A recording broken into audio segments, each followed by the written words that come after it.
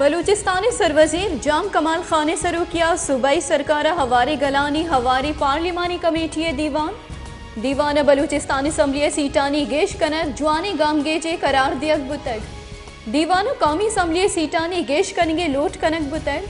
बलूचिस्तानी सरवजीर जाम कमाल खान ने गुश्ता कि बलूचिस्तानी पदमंतगी और जेड़ाहानी गेश कनगे यक्की राह हमेशा कि बलूचिस्तानी कौमी असम्बली सीट गेश कनक बेबंद। Deputy speaker Balochistan assembly Babar Musa खैले सरू किया असम्बली दीवाना नेशनल पार्टी सीनियर राशोन मीर आसिल खान बिजंजो हो हयात बलूचे वास्ता फातिया कनक बुतग आसिल खान बिजंजो सियासी कारो किरदानी बाबता मन्नग नामे पेश। मजन वजीर इमरान खान ने सरू किया दीवाना पार्टी रबालकार पार्लियामेंटा कानून साजी बाबता ब्रीफिंग दियक बुतगा